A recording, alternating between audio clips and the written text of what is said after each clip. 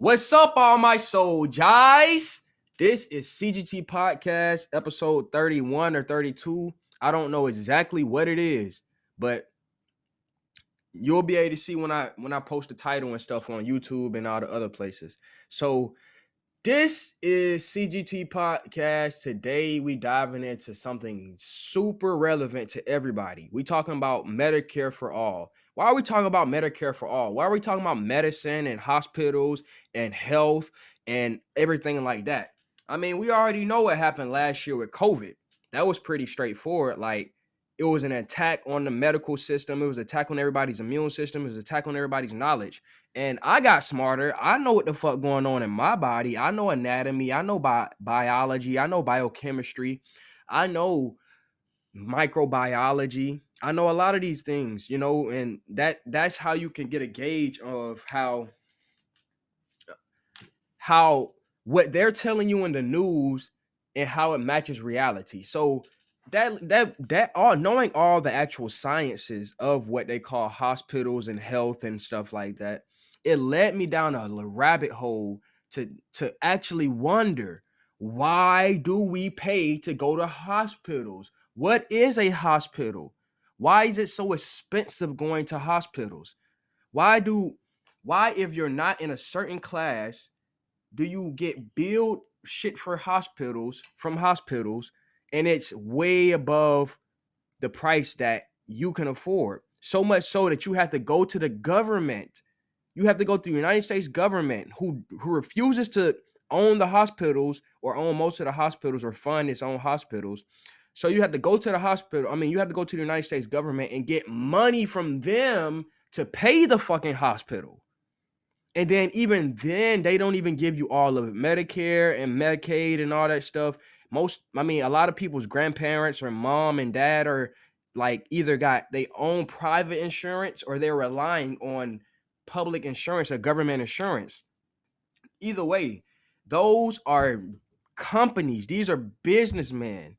Even in the sense of it being government, even in the sense of it being government insurance, right? You have to understand that the only reason that was negotiated is because of lobbyists in the insurance business itself. Insurance is a form of banking. Don't let nobody confuse you. Insurance is a form of banking where you're making up policies to take in somebody else's money and store it like a bank does. Over time, you will give it back to them over time or either in one lump sum. Okay? That is a system of banking. Insurance is a system of banking. So how do we get to a place where hospitals 100% are linked to banking? Well, how do we get to that place, man? It's so much information. There's so many ways you can dive into that. I got a list of information I'm about to share with everybody and then not blow your mind, but glue your mind back together and then send some electricity through it so you can actually start thinking for yourself. So today we're gonna start it off like this. We got some breaking news that everybody need to know about. Then this affordable solution is for you. This is an exclusive and authentic ancient Japanese all-natural detox. I just want to throw my laptop at this point. New report just came out on medical debt in the U.S., and it doesn't look good. Now, also, needless to say, it's a crime that corporate media is not talking about this at all. I haven't seen any conversation about this, and if it has been brought up, it's been in and out. It's not treated as the giant scandal that it is. So the study is from the Journal of the American Medical Association. Right now, outstanding medical debt in collections, and that's important, I'm going to come back to that in a second, is $140 billion. About 1 in 5 Americans have medical debt in collections. 1 in 5. That's insane. So 20% of Americans have medical debt in collections. So for the people who are not familiar with that, because I know some of my audience is young and they can never even really focus on this shit long enough to even care. So when he's saying that it's in collection, that means that since you weren't able to pay your medical bills on time and shit like that after you went to the hospital, since you weren't able to pay those at the rate that they want you to pay monthly or weekly or whatever, they basically tell the government, and then the government, the IRS, starts garnishing your wages. They start garnishing your wages from where you work at so that you will be forced to pay the hospital back. So that's what he means by 20% of Americans are in major debt because of hospital expenses. And then you turn around and then you say they're on, and that's the people who are in collections alone. That's the people who are actively having the IRS take money out of their checks every time they get paid in any way. Right? So it's good to know that. Apparently, it's largest among poor and minority communities in the South. And the main reason they point out is because a lot of the Republican governors in these states did not accept the Medicaid expansion that happened under Obamacare. Now, understand something, guys. You know me. I'm very, very hostile to the idea of incrementalism. But facts are facts. And the reality is, if these states had expanded Medicaid, which was part of Obamacare, then the medical debt wouldn't be nearly this much.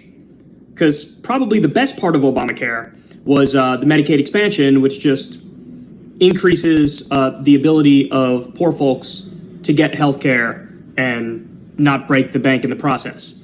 So you got to give credit where it's due. But of course, what happened, for those of you who don't know the backstory, is the Supreme Court heard a case on Obamacare, and they ruled that instead of all 50 states having to expand Medicaid, they allowed states to opt in and opt out. And of course, a lot of the Republican states decided to opt out. And so a lot of people in those red states didn't get health care when they desperately needed health care. And here we are. So, I mean, See, and that's important because he just said most of that is happening in the southern states. And I can vouch for that. I live in Georgia, and I'm not really sure if, because Georgia is a red state. Atlanta is a Democratic city, but Georgia is a red state. So I'm not really 100% sure if Georgia even took on the Medicaid expansion shit, which is once again another form of government banking coming in to save the day instead of addressing the actual problem.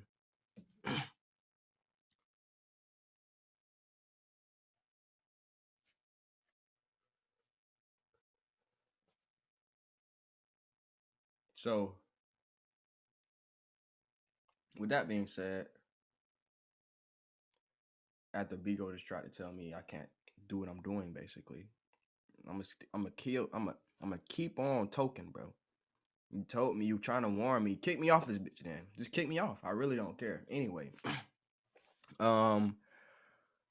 Yeah, what was I saying about Kyle? Matter of fact. this is insane. 1 in 5 Americans has medical debt. It's $140 billion in collections. Now get this. Medical debt just a couple years ago was $80 billion. So we went from 80 billion to 140 billion in just a couple years.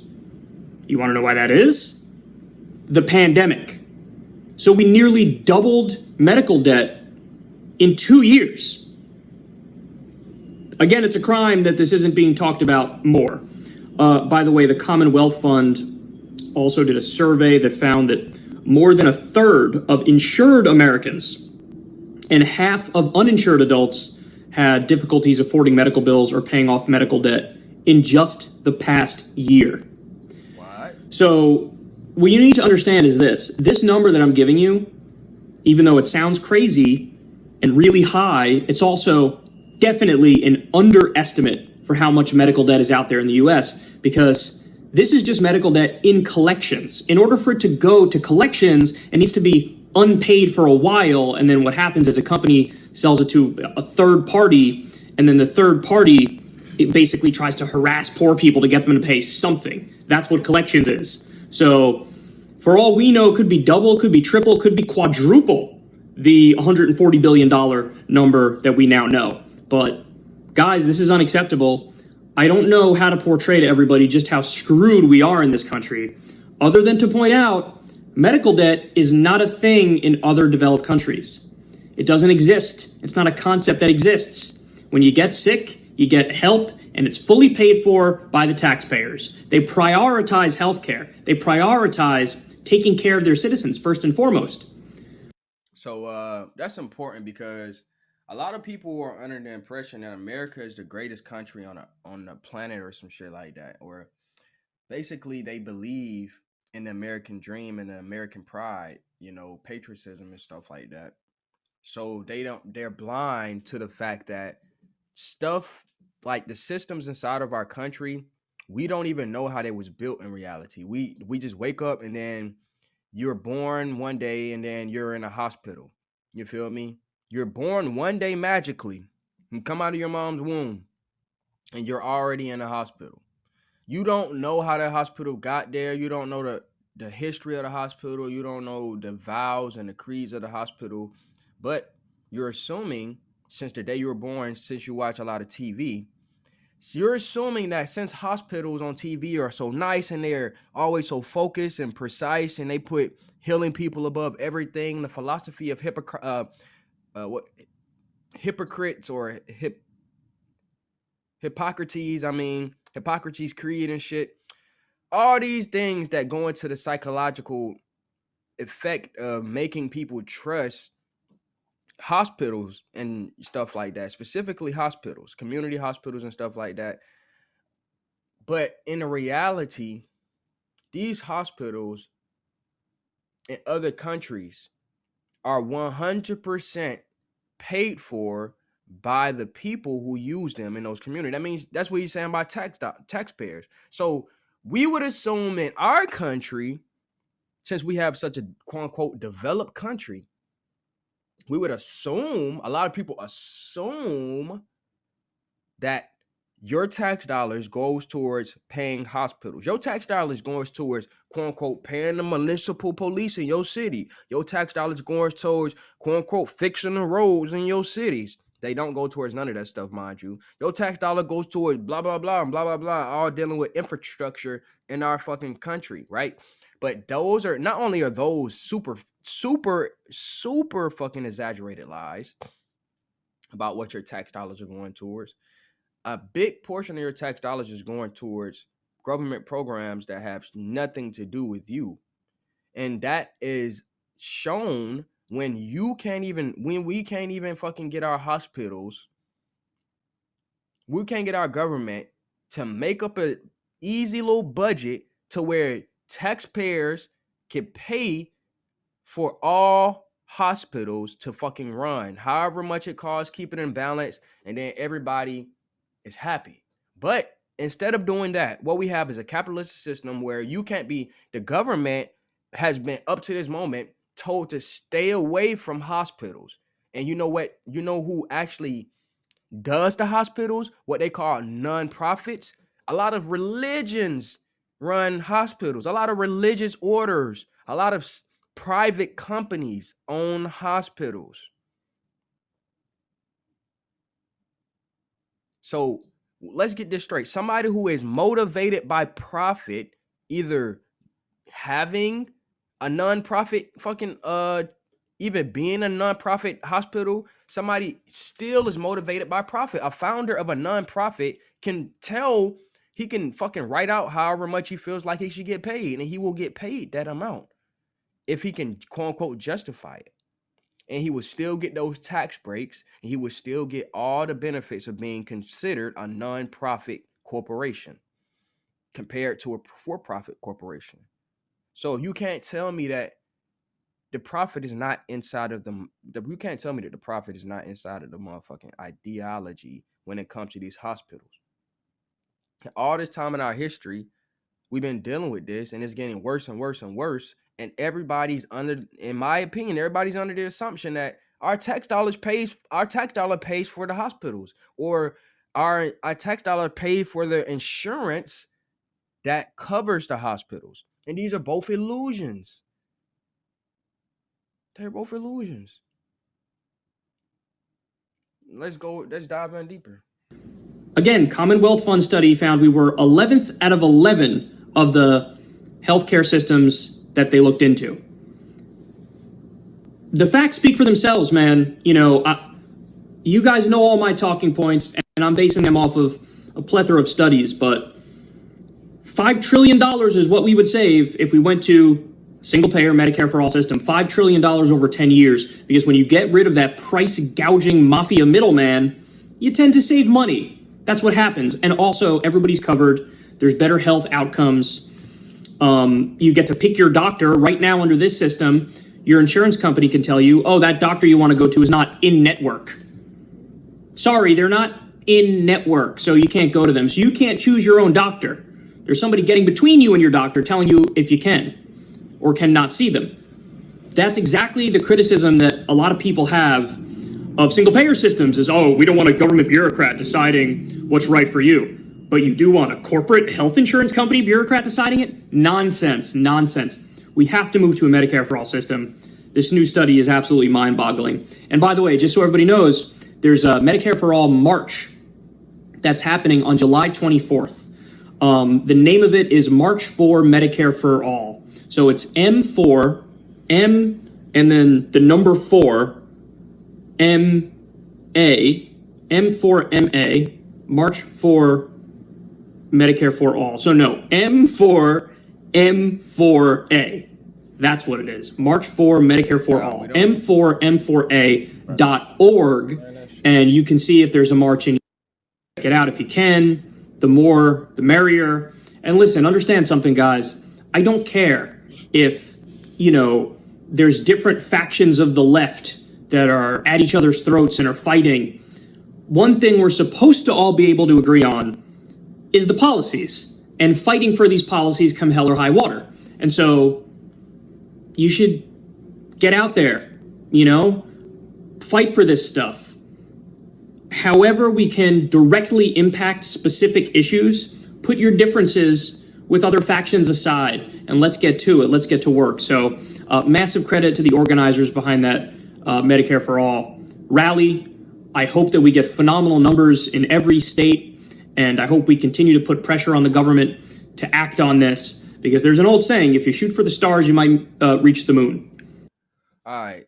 So that's what I'm doing right now. I'm trying to gather, I'm trying to organize, I'm trying to put together some type of fucking mental focus for the people who watch this video or this live stream, so that we could put energy into making sure that we have an alternative system to today's current Medicare, Medicaid, insurance policy, hospital, fucking middleman, all that. We got to cut all the middleman out when it comes to our health, basically.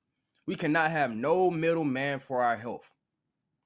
So we got to dive deeper, because we got to look at some statistics about hospitals.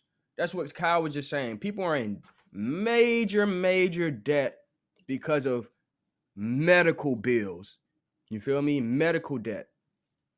So what people don't understand is this right here. I'm on a website called it's called American Hospital Association. They collect statistics about hospitals, right?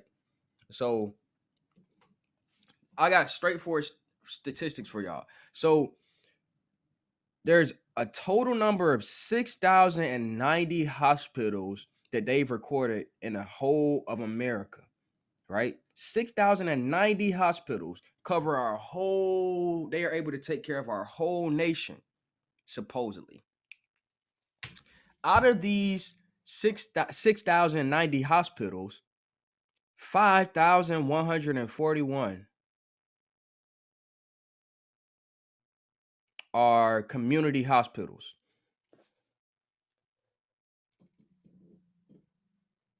Bro, they keep telling me to adjust my content. I don't know what they talking about. I'm talking about hospitals, bro. I don't know what they talking about. They keep talking about adjust my content as if I'm sitting right here spewing conspiracy theories or misinformation or something not worth time. And I don't understand that. I'm about to turn Beagle off. Y'all keep distracting me, man. It's not cool. I don't seen people on Beagle talking about crazy stuff, doing stupid stuff, the most ignorant stuff possible, disgusting, degrading stuff. But you telling me to change my content, and I'm just sitting down talking to my fucking laptop? That's insane. That's insane. Y'all don't want to lose nobody like me on this mug. People gonna see past the illusions of what y'all actually trying to do on this shit, and then they not gonna support it no more. If people like me aren't allowed to actually come on here and bring some type of value to it, real life grounded value. Back to the information. I'm gonna cut that out. Okay, so you got a total number of 6,090 hospitals in America. Then you got 5,101 5,141 of those hospitals are community hospitals. And according to them, a community hospital is, okay, let me look it up. According to this website, a community hospital are defined as non-federal, short-term, general, and other special hospitals. Other special hospitals include obstetrics, gynecology, eye, ear, nose, and throat, long-term acute care, rehabilitation, orthopedic, and other individually described specialty services, right? Community hospitals include academic medical centers or other teaching hospitals if they are non-federal short-term hospitals. Excluded are hospitals not accessible by the general public, such as prison hospitals or college infirmatories. So basically, most hospitals in U.S. are community hospitals. Basically, the number of non-government, not-for-profit community hospitals. So this is basically not-for-profit community hospitals, right? Non-profit community hospitals are 2,946 hospitals in the whole America. So we just went from 6,000 total hospitals, right, to what they call the nonprofits are 2,946 of that. So that's almost 50% of all the hospitals in the whole fucking country are not-for-profit community hospitals. Interesting. Then after that, you got the number of investor-owned, which is for-profit community hospitals. There's 1,233. You know, they don't really they not up there with the nonprofits, but they're still relevant. And then after that, you got the number of state and local government community hospitals. That's only 962. Okay. So then you got after that the number of federal government hospitals. So let me see. Well, I don't even know. I want to see what that is. Fuck that shit. What's a federal government hospital right there? I'm gonna have to go look that up right quick. What is a federal government hospital? I need some examples. Federal government hospitals, about 200 hospitals are operated by the federal government in the United States. These hospitals provide care for routine medical and surgical problems for specific patient populations, such as active military. Oh, okay. I'm tripping. I should have known that. So you talking about stuff like the Veteran Association and stuff like that. So that makes sense. So out of the state and local, okay, you got state and local government community hospitals. You got 50 states in America, right? I mean, 52 states in America. Fuck. You got 52 states in America, right? And then out of those 52 states, you got 962 of those. You got 52 states with 962 hospitals owned by state and local governments, right? And then after that, you got 208 federal government hospitals. And then after that, you got non-federal psychiatric hospitals, which is basically hospitals based around healing people's mental health and shit like that. Then you got other hospitals of 116. So it's important for me to say these statistics to you because I'm about to move on to something way deeper after this. But I want you to hear these statistics, and you need to understand whether numbers are lying when we're talking about hospitals, government funding Medicare for all versus government funding Medicaid and Medicare, right? Since you got the government giving out Medicaid and Medicare under the philosophy that if I'm giving you the money, that means you can still quote unquote have freedom over where you can go get where you choose to go get your healthcare provider or whoever you choose to make you healthy. Basically, you can choose to go to the place you want to when you get sick. This is why they do Medicaid and Medicare and shit like that. It's an option for the government to pay for your medicine and shit like that and your health needs. Instead of them 100% creating a system where most hospitals are owned by the federal government, meaning that not all hospitals, meaning if you want to make your own private hospital, you can. But most hospitals should be owned by either state and local government community hospitals or federal government hospitals. And both of those in turn should be 100% free to the community. It shouldn't be state and local government community hospitals, they only got 962.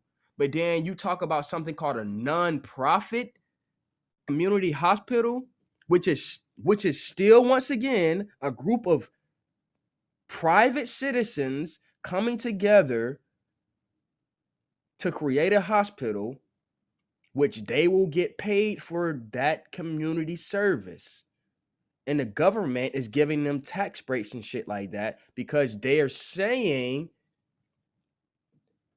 it's just based off of us wanting to serve our community.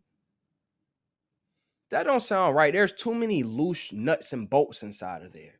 So, I mean, I'm not telling y'all the complete story. I'm going to go back to these statistics because I got more stuff I want to show y'all. But this is just the overall feeling.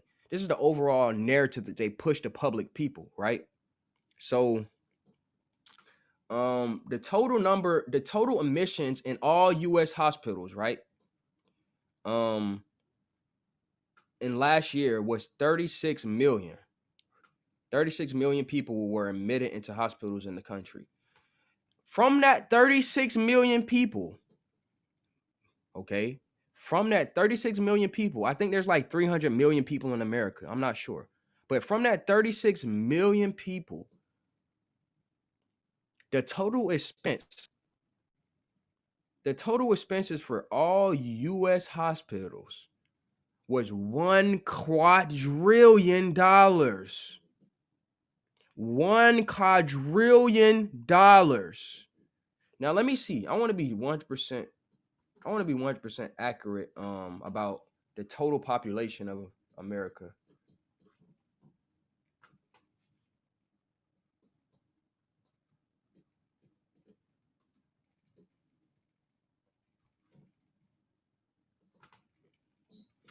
The total population of the United States of America is 332 million. So we talking about this. Let's put this into comparative numbers.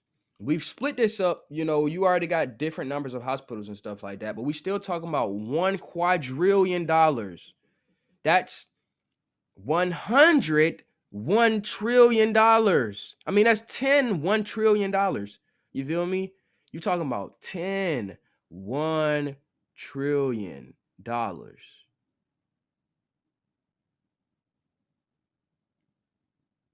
100 trillion dollars. My bad. 100 trillion dollars. I'm getting it right. And that's what 1 quadrillion equals to. And last year they only admitted 36 million people. What percentage of our population is that? You talking about 300 million people in the US, but then you only admitted 36 million and it still equaled $1 quadrillion of services somehow economically? Does that sound correct? Does that even balance out in the end?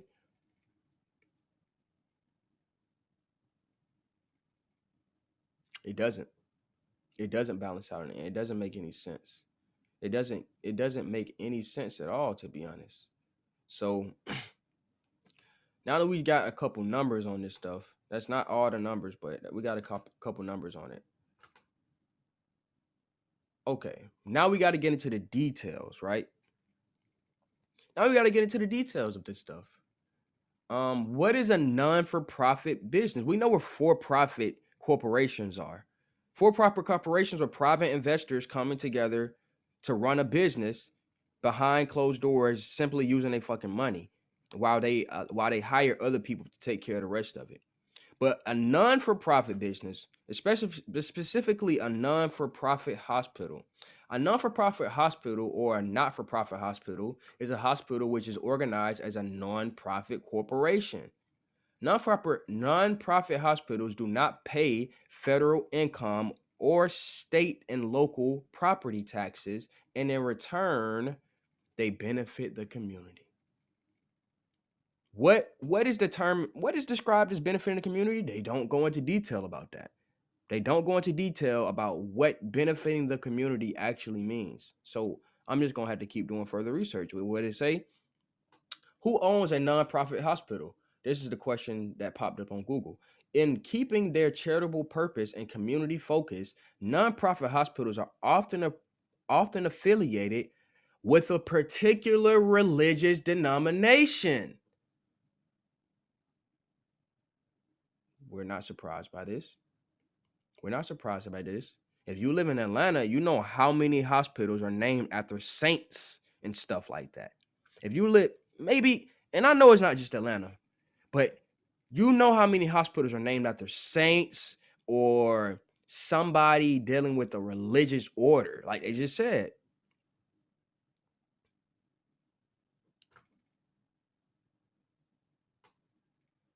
So,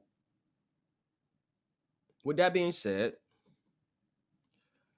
the question in the New York Times for that, where they said that, what I just said was, why are nonprofit hospitals so highly profitable? This is the New York Times in 2020. They're asking this question. Even the New York Times or the people from the New York Times are asking this question and trying to propagate something to you to make up an answer for why nonprofit hospitals are so highly profitable. And the main piece of that Google decided to share with me, at least, was it actually isn't much of a surprise that non-profit hospitals are often more profitable than none. I mean, okay, let me say it again. That was the previous thing. The previous one I just read, my bad, was profit versus nonprofit hospital administration that said that was telling about how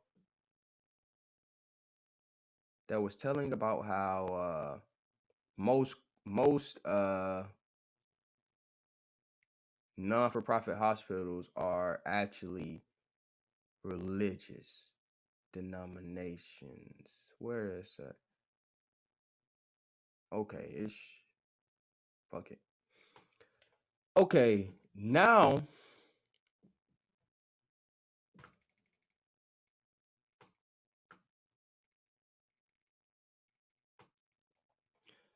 the one that said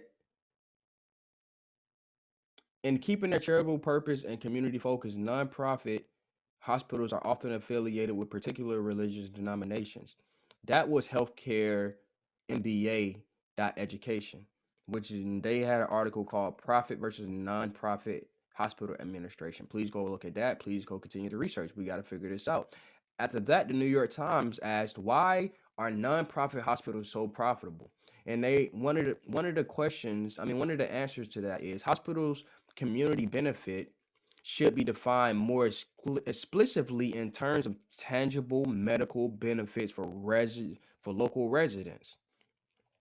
It actually isn't much of a surprise that nonprofit hospitals are often more profitable than for-profit hospitals. If a private business doesn't have to pay taxes, its expenses would be lowered and they would make more profit also.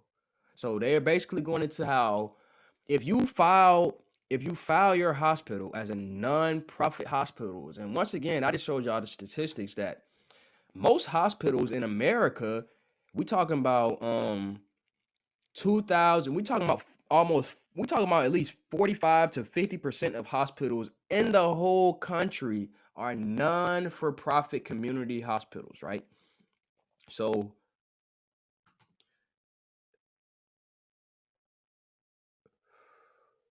why are so many hospitals, which are non-for-profit hospitals, which is supposed to be serving their community? That's the reason why they're able to be considered a non-for-profit hospitals. Just because they're offering the services or the ideas or their statistical research,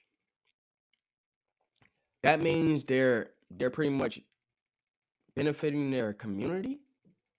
Even if they keep it all to themselves and charge you extremely outrageous prices to even get it, they're taking up the property in your city with the hospitals and the doctor's offices and shit, which are considered non-profit, and they're not paying any property taxes on it. They're not paying barely almost any taxes on it, specifically property taxes. But then to make it worse,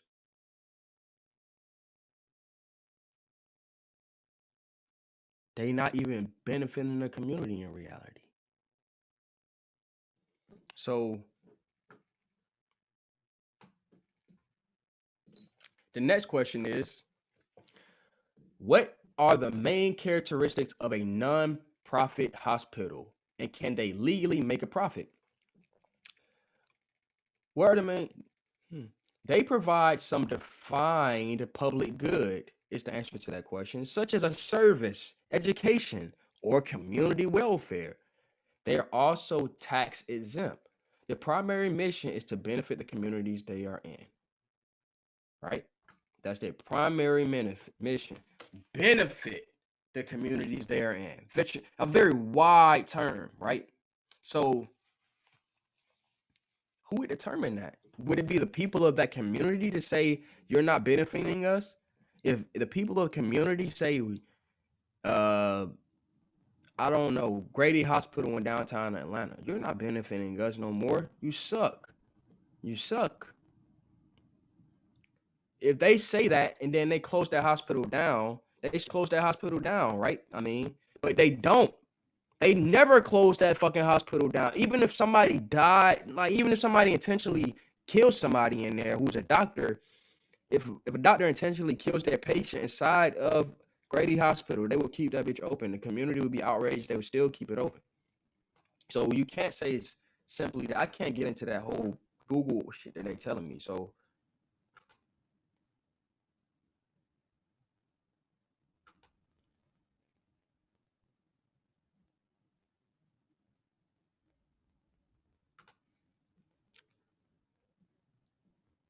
okay. Next question is, does the not-for-profit structure in a hospital eliminate for-profit behavior? Does the not-for-profit structure in a hospital eliminate for-profit behavior? Explain. No. All hospitals, for-profit and not-for-profit, must be efficient in order to survive, quote unquote. They still have to maximize surplus to reach its not-for-profit mission. Next question. Can the founder of a nonprofit receive a salary? A nonprofit founder may pay themselves a quote unquote fair salary for the work they do running the organization. Likewise, they can compensate full-time and part-time employees for the work they do. Nonprofit founders earn money for running the organizations they founded. And whether you know it or not, what they call donations It's the same thing as a for-profit company saying that they taking investments, capital. They're raising capital. So what's the difference? There is no difference. It's all about jugging and how certain communities, specifically religious denominations, since the colonial times, and the country was first started, America, these people have been doing this shit right here. They've been going around murdering people and then taking their land and then putting fucking organizations on their land. There's two different ways to view it. You got the centralized way of viewing it, which is basically government. I'm a government, I'm a Mason, I'm a scientist. I don't really fuck with all the spiritual mumbo jumbo. Then you got the other way of saying it. Jesus, spirituality, working hard and motherfucking morality and community and stuff like that, supposedly. Both of these are corrupt ideas. We already know now. Let's stop playing. Both of these are corrupt ideas.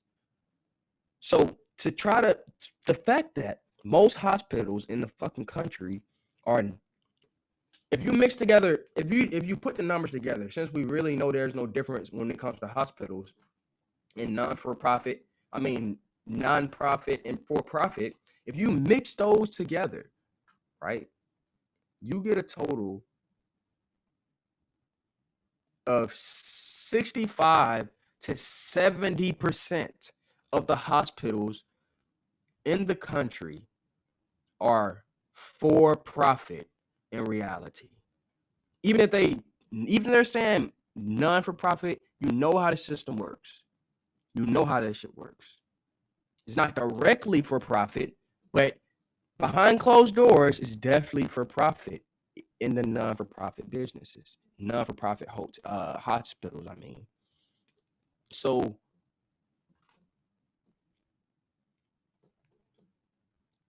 come on, bro. Wake the fuck up, basically. I don't even know what to say. What department makes the most money for a hospital? Cardiovascular surgery, cardiology, neurosurgery, orthopedic surgery, gastroenterology, hematology, oncology, general surgery. So basically, you're talking about hospitals are people who cut you up and fix the shit inside of your body for you, right? And now you're seeing that because the top ones are literally, it's all surgery. It's all surgery. That's how most of the money is made. Surgeons, right? And that's why they say go to doctor, go to school, get your doctorate, become a doctor, start your own medical practice, become a millionaire by being a doctor, right? Why is that? Because that's mostly what hospitals refer for. And if you're telling me that the expenses of running a hospital, which includes paying the employees, is $1 quadrillion total in the United States, then you can guarantee that the people who are working in the hospitals are fucking wealthy. You can guarantee that. It's a part of the $1 quadrillion that are the expenses of hospitals. Now, if you lower the medicine prices, you lower the amount of money it costs to go to get your doctorate and go to school to become a doctor, then you lower the salary of the fucking doctor because he don't got to pay all this money off to do all this shit. And then if not to mention, if you actually create health-based medicines instead of making survivor-based medicine in a way, then you reduce the amount of people in hospitals, then you reduce the stress of doctors in hospitals. You don't have to pay them as much. Then that cuts off on the expenses right there in the hospitals, and it wouldn't be $1 quadrillion. It wouldn't be $1 quadrillion, right? Which is insane. because that means out of that $1 quadrillion that we pay out yearly, most of that is debt. Now, mind you, the whole American dollar is debt. Don't get me wrong, but that one quadrillion dollars, I don't even think our GDP, if you total up all the GDP in our fucking country, I don't think it comes close to $1 quadrillion. So that means that a lot of people are in debt simply because of the environmental factors that usually are making these people sick in reality. It ain't got shit to do with viral loads and spreading viruses. It ain't got nothing. 1% has to do with us being in a common unhealthy environment over time. And our body expresses that in different ways, but at the end of the day, most of the sicknesses and pain that people go through and they go to the hospital to solve, it ends up putting them in more stress because they gotta pay off bills, especially when you got therapy and all this shit, meaning you'll have a surgery, then you got therapy afterwards, and then you're expected to still go to work in the meantime to pay off these medical bills, because not everybody in this country can afford to be off work, honestly. Most people in this country can't afford to even miss a week of work in order to keep their head above water. And we're not talking about living in a 18-bedroom mansion and you got to pay off your property taxes on that because you decided to get an 18. No, we talking about people who live in a 2-bedroom apartments and got 3 kids, single parents, or even couples who live in small spaces. They still can't afford that shit. And you still gonna throw these medical bills on top of that. Now, we just got done doing, you feel me? We got done looking at the numbers. We got done asking direct questions and getting definitions about stuff like non-for-profit hospitals and what's the difference between a for-profit hospital and a non-for-profit. And we figured out that there's really no significant differences, especially in the insurance-based system that we're living in. So now we're about to jump into this video right here. We got another video. I got another video to watch. Y'all pay attention now, classroom. We don't want no fuckery going on in the back. Y'all sit y'all ass down. Yeah, don't make me call you. Hey, sit right here and listen, bruh. Let's go. Fixed cost institutions.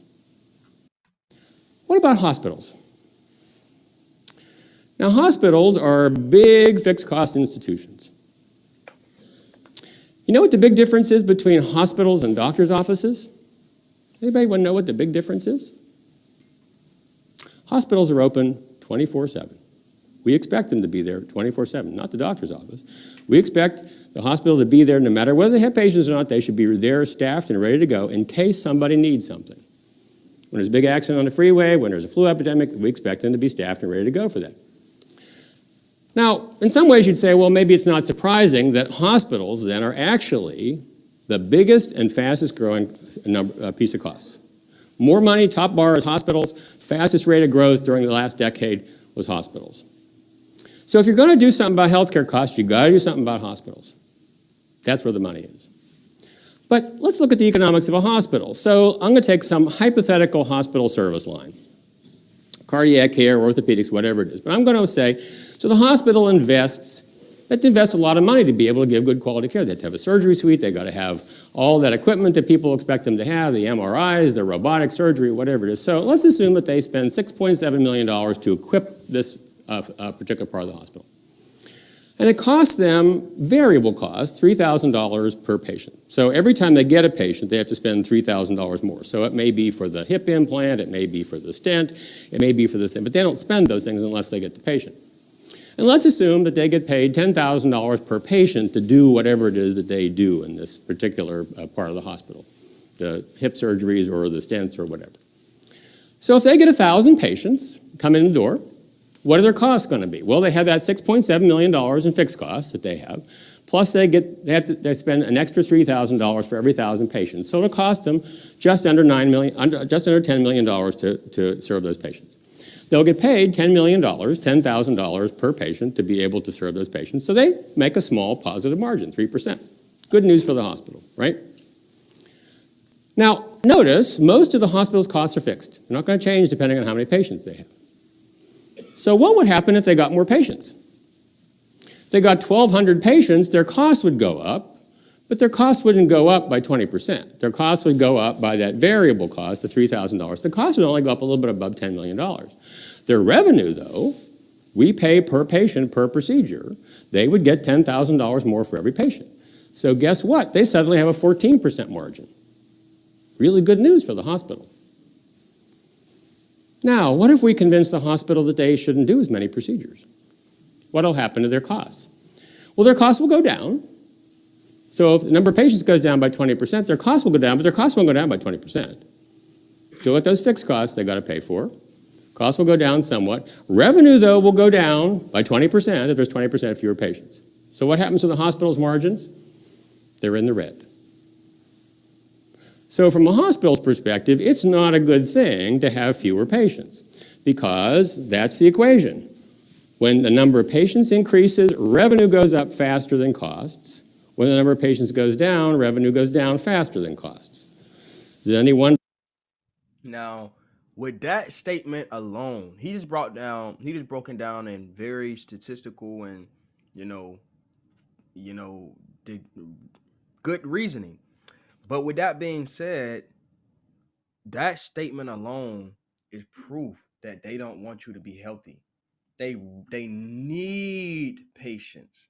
Now, if you just include how many things are being jammed inside of hospitals, so you will go inside of there, like how many different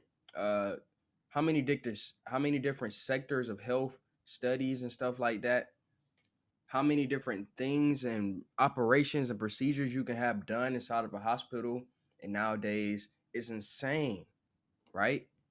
And it's just crazy because all this stuff is going on, right? And every time somebody has a problem, they're going into a hospital. And this is why it's for money. Not to mention that simple things that could actually be avoided health-wise are ignored completely or not handled with the correct amount of fucking emergence, simply because the longer that you're in there, the more you keep coming back to them, the longer that you are their patient, it's the more money they get. Also, they got you on the book as a patient now. And if they lose you as a patient, or you get healthier for any reason, which is their main goal, and they want you to get healthier, but they also want to make sure that by the time your ass get healthier, they either have more patients than they had before they got you, or they could stay steady at the amount of patients they get. It's a profit, not only for the doctors in the fucking hospital, but the people who are founding these non-profit hospitals, which are mostly religious denominations. Why do I keep bringing that up? Is because it's a non-for-profit business, but it's actually for profit. And now that you understand that most of these non-for-profit businesses are actually religious denominations, then where do you think this money is fucking going? If the churches are not for profit, and then the hospitals that the churches own and founded are not for profit, then what the fuck are these people paying in taxes at all? Off the money that they're making off of the communities that they're in. What are these people paying in taxes? How are they benefiting the community at that point? How? They put the churches on the community. They put the churches in the community. They put the hospitals in the community.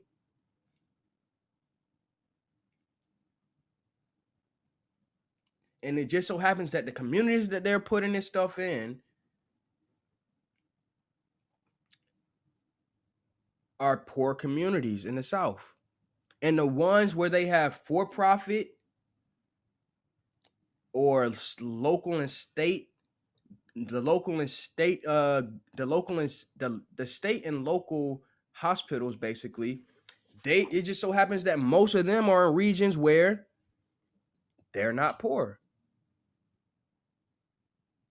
You have to understand. Wonder why hospitals are a little concerned about us keeping patients out of the hospital. And in fact, it's really pretty dramatic. If you get 2% more patients, in my little hypothetical example here, the amount of contribution margin you're getting goes up by 50%. If you get 2% fewer patients, it goes down by 50%.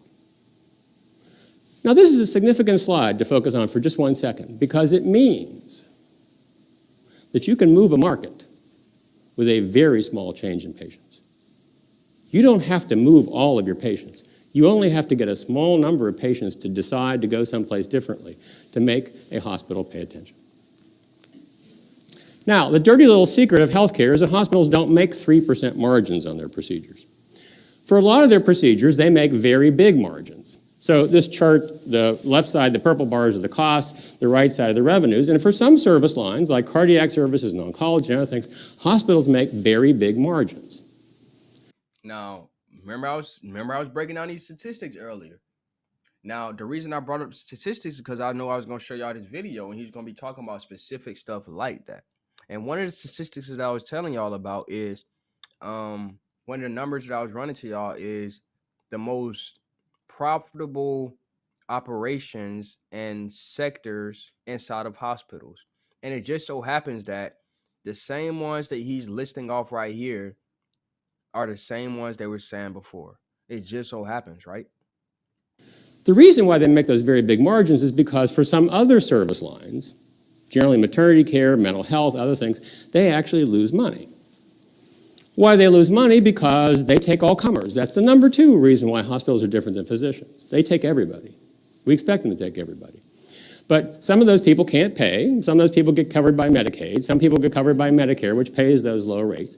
So they end up having to charge you more for the things that your patients get, your employees get, to be able to make up the rest of the money. So no wonder the hospitals are concerned about losing some of the procedures that they actually use to subsidize all their operations. And the final piece of this little economics lesson is the so-called hospital-physician alignment. So let's take colonoscopies. Everybody should be having a colonoscopy every 10 years over 50. Has everybody had their colonoscopy?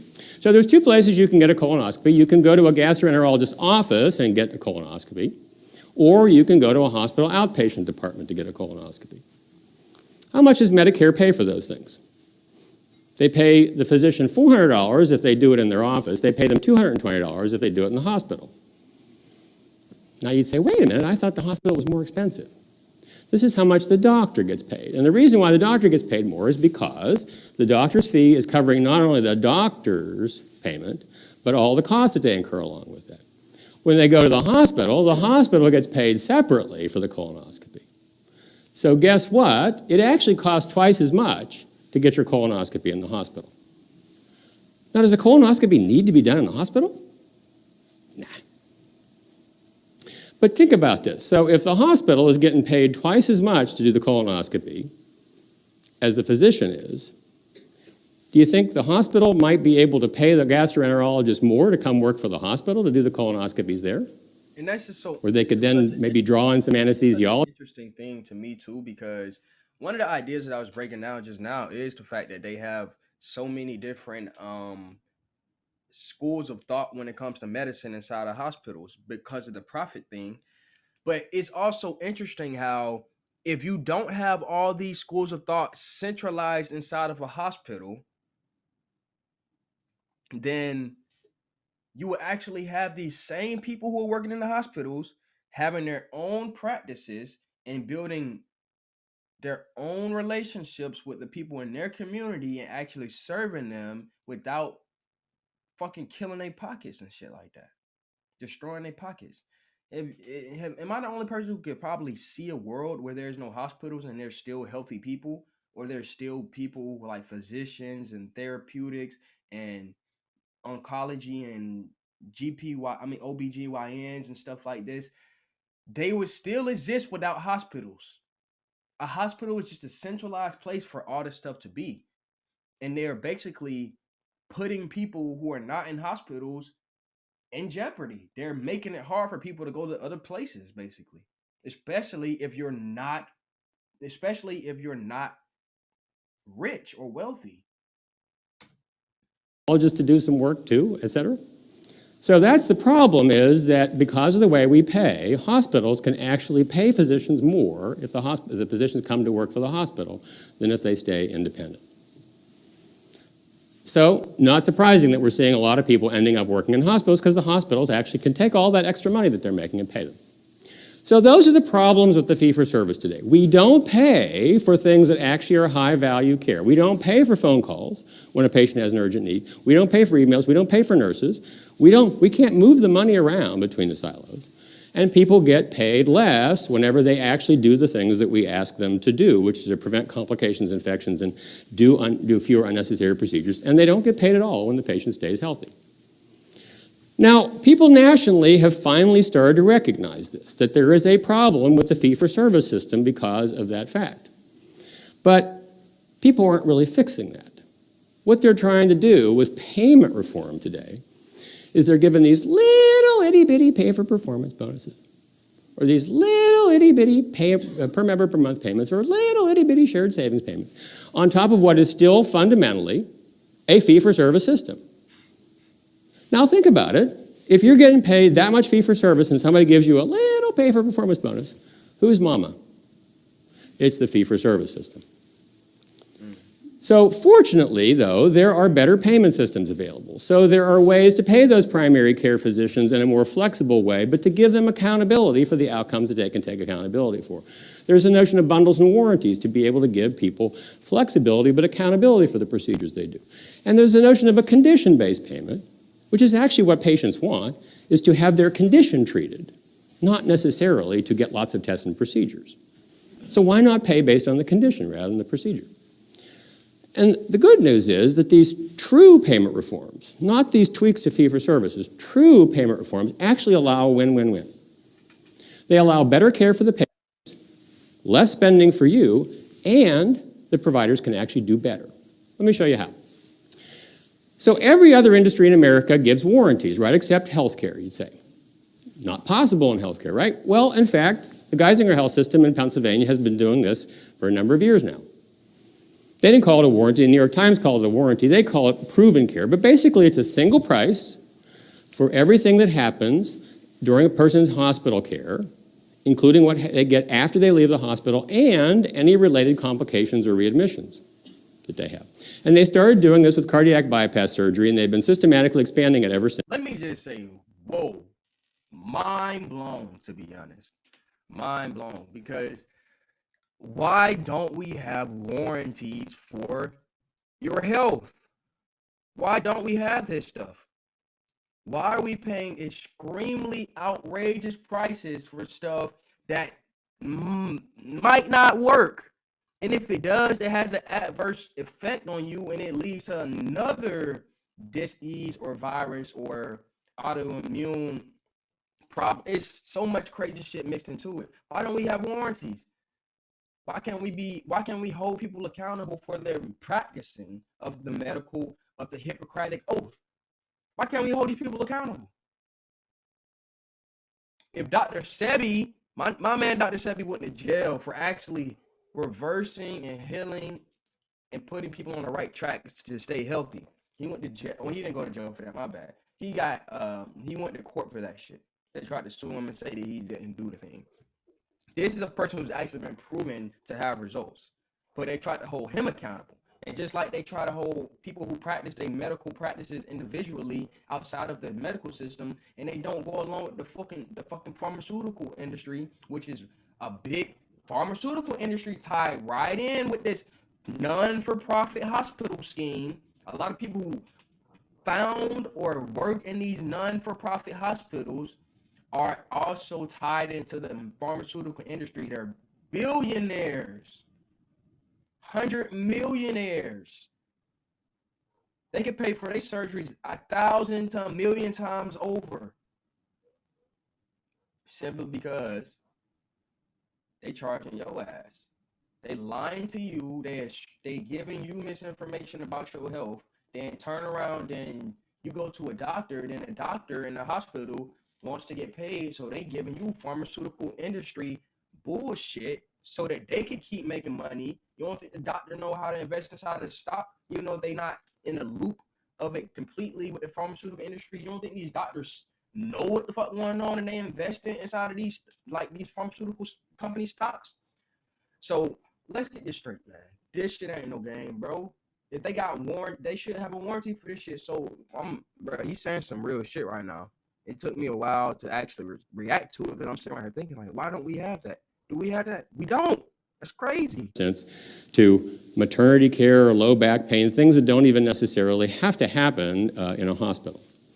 What happened as a result of this? Well, these are their results for cabbages, bypass surgery.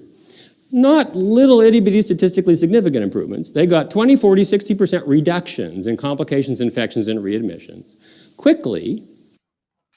They got reductions in all the negative shit by using this system where you're actually paying people who are actually getting results instead of just paying people because they're fucking in the hospital just because they in there. That's, bro, I like this guy. In 18 months, at a place that was already had a reputation for being a high-quality leader. How'd they do that? Because no longer were they being paid for doing things. They were being paid based on the outcomes. And they had the flexibility to decide what they could cut out to be able to do that. And guess what? They were able to use this to actually give reductions in premiums to employers in the community. So that, in fact, this is a story about how teachers were able to get a raise because their premiums went down. Now, the myth that has developed is you have to be a Geisinger health system, a big integrated delivery system with employee docs and your own health plan to be able to do this. The earliest documented example in healthcare of anybody giving a warranty was a single doctor in Lansing, Michigan, orthopedic surgeon, shoulder and knee guy, said, I'll give a 2-year warranty. Anything goes wrong, I'll fix it free of charge. That's what's up, bro. It's in the literature. Health plan paid less, doctor made more money, hospital made more money, patients were better off. Why? Because they didn't have to do things based on the fact that what they were going to get paid for, they could focus on the outcomes. But it does take somebody to pay differently to get there, and I'll come back to that. You can't just do this on your own. Now, to understand this, first of all, warranty is not an outcome guarantee. You're not guaranteeing the outcome of the surgery or the procedure. When you buy a car with a warranty, nobody's guaranteeing you that your transmission is not going to break. What they're saying is if the transmission does break, we will fix it free of charge. And most warranties are limited warranties. They don't cover absolutely everything because not everything is preventable. But the other thing that's a mind bender lots of times for employers is that you would have to pay more than you do today for warranted care and health care per procedure. Now you'd say, but wait a minute, I thought I'm trying to save money here. Well, think about it though. In any other industry, when you buy a product with a warranty, would you expect to pay more for a product with a warranty than a product without a warranty? Of course you would, because you would expect that then you didn't have to pay for all the repairs. You might not be buying the Best Buy extended warranty, but if you were buying a product that had a warranty came with it. So let me just show you an example. Quick example. So let's assume the hospital is doing a procedure, they get paid $25,000 for it. They have a 10% readmission rate today. 10% of people come back to the hospital in 30 days, and they get, when they come back, the hospital gets paid an extra $25,000 every time they do. Now, if you're paying for this care in the hospital, you're not paying $25,000 per procedure. You're paying $27,500 per procedure. Because when it goes well, you pay $25,000, and 10% of the time, you get stuck with an extra $25,000 bill. So on average, it's $27,500. Now, if you were this hospital and you wanted to offer this procedure with a warranty, so you say, I'm not going to charge anymore for the readmissions. They happen, come out of our money. How much would you charge for this procedure? Well, the answer is you would charge $27,500. Because if you charge $27,500 per procedure, you would be getting exactly the same amount of money that you were getting before, because you wouldn't be getting paid extra for the readmissions. So why would you do that? Well, the answer is because all the incentives have changed now. Because if this hospital can actually reduce the readmission rate from 10% to 8%, their costs will go down because they don't have to take care of those patients anymore on readmission. But their payment won't go down. So they'll actually make more money. But we want to save you a little bit of money in healthcare, right? So this hospital can now come to you and say, I could actually now charge less than I was charging before, or have you spend less than you were spending before, and I could still make more money. And this virtuous cycle continues because if the hospital can keep driving down the readmission rate, their costs will go down, but their revenue won't go down in proportion to that, and they can continue to offer that at lower prices. And so in the end, you have better quality, lower readmission rates, better for the patient. You have lower prices, how much you're actually paying for the care, and the hospital is coming out ahead. Their margins are higher. Win, win, win. But it's because you're paying differently. This is actually aligning the financial incentives and the quality incentives. Man, my boy. I needed that. What's my boy name? Harold Miller? Harold Miller? Harold Miller on YouTube. He got a lecture. What's the name of this channel? The name of the channel was the Alliance Organization, but it's org on YouTube. So go check out the rest of that.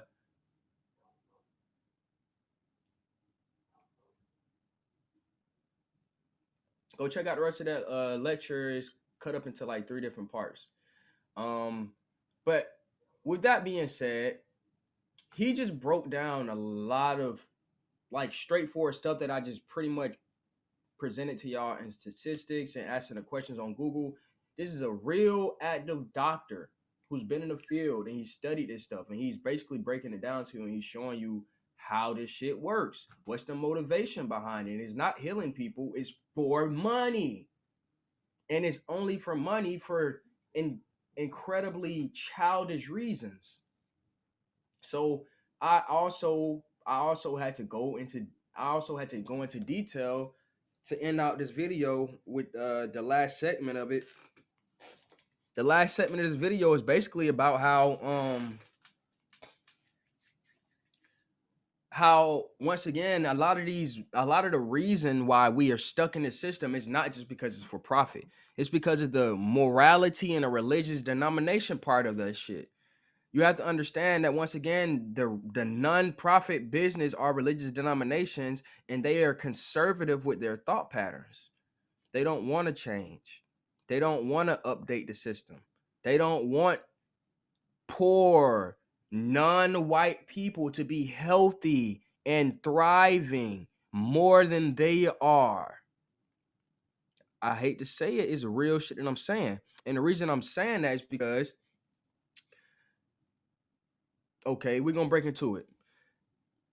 I got right here pulled up Wikipedia, and it's the history of the Catholic Church and hospitals. You know, like since we already know that most most nonprofit hospitals are backed and founded by religious organizations, right? We're gonna start off with the Catholic Church. You feel me? The Catholic Church around the beginning and founding of America was losing a little bit of power. They were trying to reestablish their power, especially inside of the Western world. Because as more people are leaving Europe, they realize there's more of a market for them to spread their ideology. And with that being said, one of the ways that they were doing this is what they call this. I'm going to break it down. The Spanish and Portuguese empires were largely responsible for spreading the Catholic faith and its philosophy regarding healthcare to South and Central America, where the church established substantial hospital networks. Substantial hospital networks. Okay, so we talking about when they first started colonializing America, right? Even then, the Catholic Church they not thinking about, out of all the stuff they trying to establish over here in the quote-unquote New World, one of the first things they thinking about is hospitals. You get what I'm saying? Because they just love people so much. The Catholic churches love healing people, and they want to serve their community so much, right? This is why they started creating the hospitals. But at this time, you had to realize people weren't even going. There wasn't a centralized place for people to go for health, especially in Central and South America. They got their shit out the fucking dirt. They did it 100% naturally. They didn't have no fucking hospitals and shit like that. If it was just a guy or a couple fucking people in the tribe that you can go to that had a collection of herbs and spices and stuff like that, maybe. But I guarantee you, come on, man. Come on. These hospitals were established at first for medical research. What medical research really means back then is slicing people open who you don't give a fuck about, seeing what's inside, seeing what's inside of their blood, seeing what's inside of the cells inside of their blood, and then they going deeper and deeper and deeper to try to figure out, why do we die so young? Why do we do all this stuff? We're not gonna cut ourselves up. We're gonna cut you up. And then we're gonna understand how we can live better, healthier, and happier lives. And with all that information that they did, all the information they collected throughout this time, we are where we at today. Continue reading. Catholic hospitals were established in the modern United States prior to the American War of Independence. The first was probably Charity Hospital, New Orleans, established around 1727. The Sisters of St. Francis of Syracuse, New York, produced St. Marianne Cope, who opened and operated some of the first general hospitals in the United States, instituting cleanliness standards which influenced the development of America's modern hospital system, and famously taking her nuns to Hawaii to work with Saint Damien Molokai, in the care of lepers. Saint Damien himself is considered a martyr of charity and the model of Catholic humanitarianism for his mission in the lepers of Molokai. The Catholic Church is the largest private provider of health care in the United States of America. During the 1990s, the church provided about 6 hospital beds in America at around 566 hospitals, many established by nuns.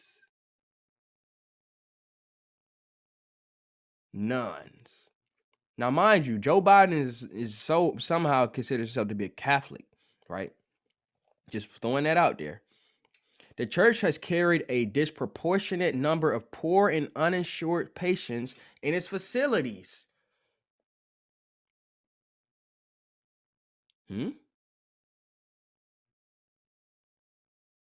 So is this who they getting all their money from in this scheme?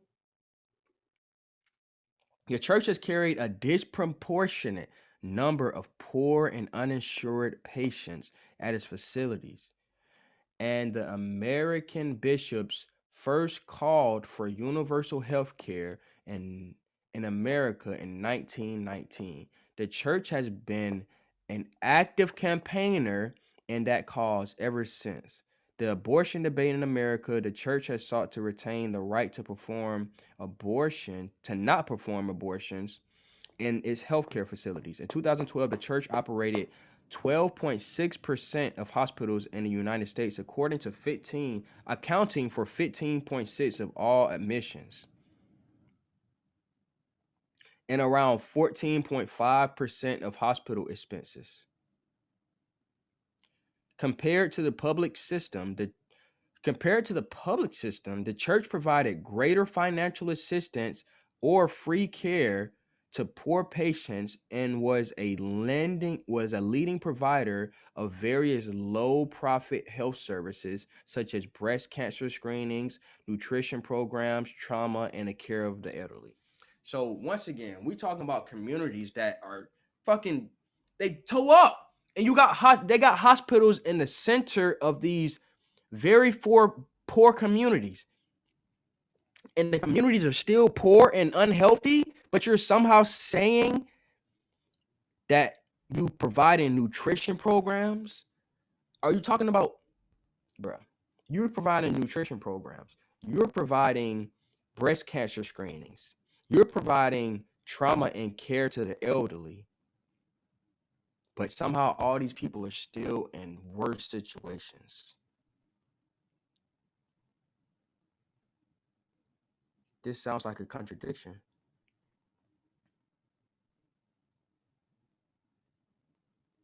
So we're about to dive into this. We're about to dive into this.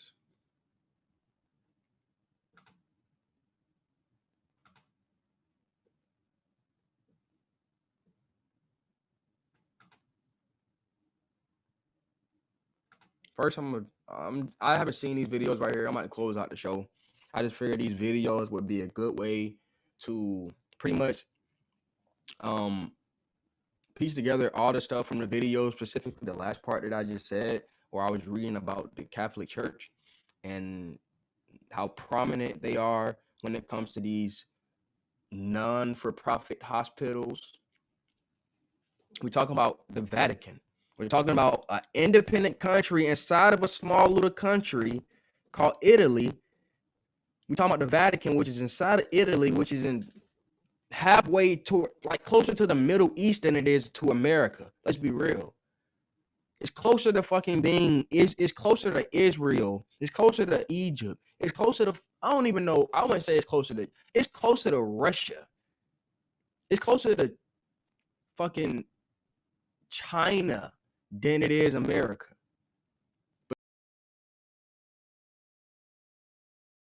For y'all, we're gonna check it out. I think it's kind of long, but I'm not gonna watch the whole thing. I just want to get the point across, drill it in your head. This guy right here is called something atheist.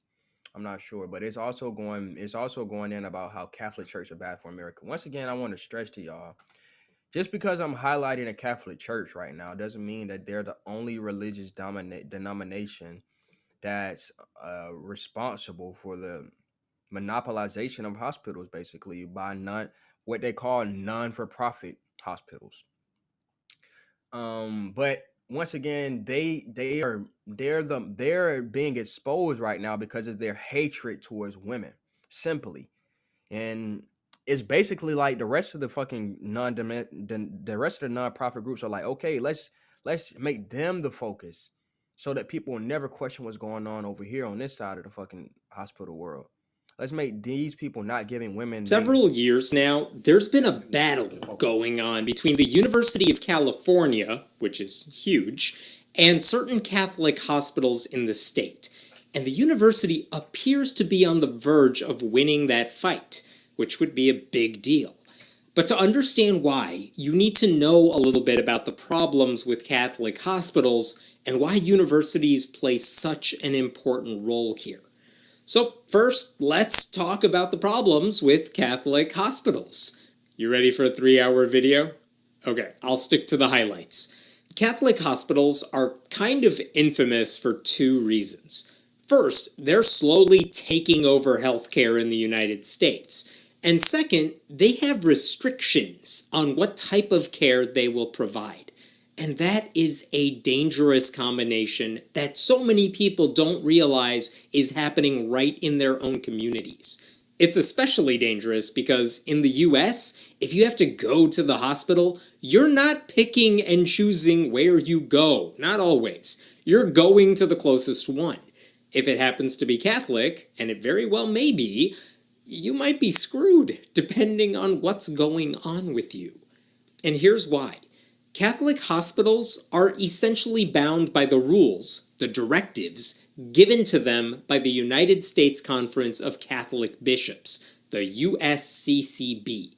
This is the same group that recently made headlines for suggesting pro-choice politicians, like President Joe Biden, should not be eligible to receive communion, which matters if you're a practicing Catholic like Joe Biden. The point is that the USCCB is a conservative Catholic group with a lot of power, which is bad news since they're the ones in charge of these hospitals. By and large, and with very few exceptions, they do not allow Catholic hospitals to perform any procedures that violate Catholic doctrine. If the hospitals violate the rules, they could lose their affiliation with the church, which could theoretically be the beginning of the end for many of these places. And by the way, they employ doctors and nurses who very much want to help patients. But in certain situations, their hands are tied. They can't break the hospital's rules. And the one area where this really comes into play involves abortion. I'm not just talking about a woman who decides to have one, but the Catholic hospital won't do it. I mean, that's a problem, but it is so much worse than that. Because if an otherwise normal procedure could result in an abortion, it's also not allowed. In fact, Directive number 45 says, quote, abortion, that is the directly intended termination of pregnancy before viability or the directly intended destruction of a viable fetus, is never permitted. Maybe you would argue, so what? Get an abortion somewhere else. We know the church opposes it. But there are cases when it's not that clear cut. Here's how we could get really messed up. Without getting into a biology lecture, what if a woman has an ectopic pregnancy where the fertilized egg isn't implanted in her uterus but gets stuck in the fallopian? So, this is the same condition that the lady was just talking about. Constitutes a direct abortion. In other words, if the fertilized egg is in the fallopian tube, we still won't allow you to fix the problem the easy way. By the way, maybe you see that footnote, number 31. You know what footnote 31 says? It says see Directive 45, the no abortion rule. What that means in practice is that a Catholic hospital could make doctors remove a woman's entire fallopian tube to prevent something fatal, reducing her ability to get pregnant in the future, even though it's totally medically unnecessary, all because it's what their faith tells them to do. I know that's super specific. Now, we get into the details of it now, because he's saying that's what their faith is telling them to do. Now, let's be real. That's not even it. You're talking about literally. You're talking about a religion that's based around giving one person, a pope, undeniable power. And then you still got bishops and groups of bishops that come together, but they will never rival the power of the pope, supposedly. So when it comes to this shit being based about faith in the Bible or even Jesus or some type of law-based doctrine, it's all BS. We know it's all BS. So what is the actual excuse for all this stuff? What is it? I need to know. I need to know really. If it's not based off of y'all faith, what is the order? What is the real purpose behind this stuff? That's a question that I think it's about money. I know it's about long-term sustainability for your church, but I don't meaning that y'all can drain the energy from other communities and put it into yours, but I don't really think you can't go down a faith-based shit with the Catholics, bro.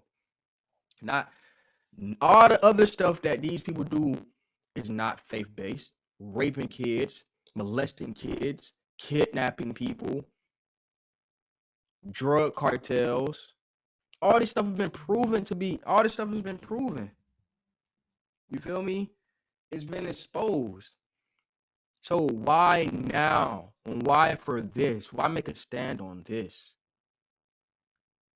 Why discriminate in hospitals based off of your faith when it should be 1% based off of healing sciences, health-based sciences?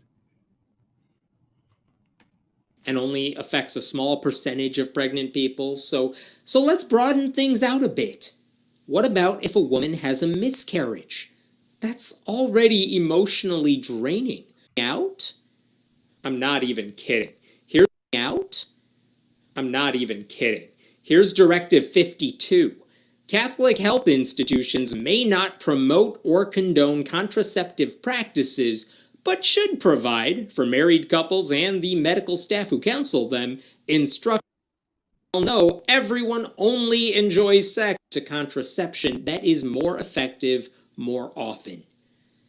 Catholic hospitals also won't perform vasectomies on men or tubal ligations on women, because those would interfere with natural pregnancies in the future. Directive 53 says direct sterilization of either men or women, whether permanent or temporary, is not permitted in a Catholic healthcare institution. Want to know how that gets even more messed up? Consider this situation. I personally would never get a vasectomy. I'm never an advocate of becoming sterile and shit like that. I've never been an advocate for that. In all honesty, I really don't think that should exist. But it's not because of my fucking faith. It ain't got shit to do with my faith. It's because I personally want babies on this fucking planet. I personally want people to understand how the endocrine system works and how the hormonal balance works. And I personally want people to understand that being sterile ain't that shit not cool. I don't know how else to put it. But outside of that, I don't think that at the end of the day, they should be able to be under the guise of a non-profit, but still be able to discriminate based off of their faith, especially when it comes to stuff like this. Especially when it comes to sex-based shit that they know freaky ass, horny ass Americans, especially the European Americans, they freaks. They like to fucking rape and fucking put their dick inside of anything and put their pussy on something. They'll do it. So we talking about these people. Why would you piss them off knowing that, that's funny. That's funny. So yeah. That's a very interesting output right there. Let's say you're a woman who's giving birth and you're having a C-section because a vaginal delivery might be too dangerous. That happens fairly regularly. And let's say that the woman decides, you know what? I'm done having babies after this. No more kids for me. In fact, my health would be at risk if I had another baby. So you know what? Just tie me up down there. That also happens fairly regularly. In fact, the best time to get your tubes tied so you physically cannot get pregnant is when you are giving birth. The doctor right then and there, because it's less risky than having 2 separate surgeries. Almost a third of women who have C-sections get their tubes tied in the process. It's not weird. But doctors at a Catholic hospital won't do that. They will perform the C-section, sure, but that's it. Because they are forbidden from tying a woman's tubes thanks to Directive 53. It doesn't matter to them if future pregnancies would put that woman's life at risk. They won't do it. They put dogma before patient care. You want more? I got more. They also won't help women who want to get pregnant by using a sperm donor, because that violates Directive 40, which says heterology. See, I'm not really into this because you can go to these, what the fuck, bro? This is just too specific shit. You get what I'm saying? Like, yeah, don't deny people the access to this stuff, but it's really not that big of a deal in my heart politically. Now, don't restrict nobody's freedom, blah, blah, blah, blah, blah, especially based off of no fucking Catholic faith. You can put almost any other faith in that bitch, and I'll give it a little bit of a better, you feel me? But don't do it based off of your Catholic faith, you feel me? Or whatever faith you have. It really should be based off of fucking science.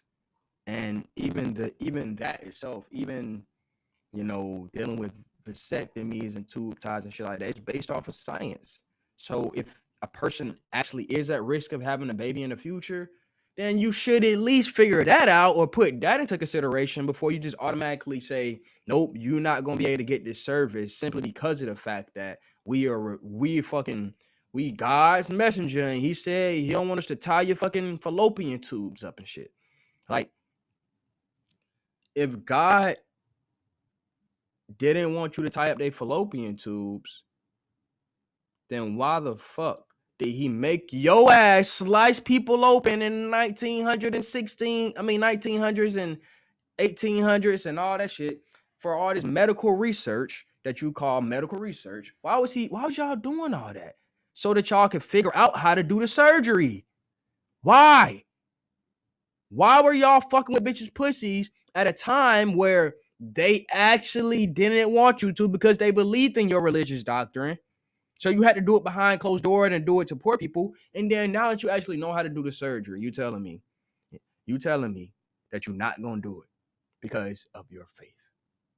What a big contradiction. What a big grenade inside of the kitchen. That's sad. Man. Using similar religious logic, in vitro fertilization.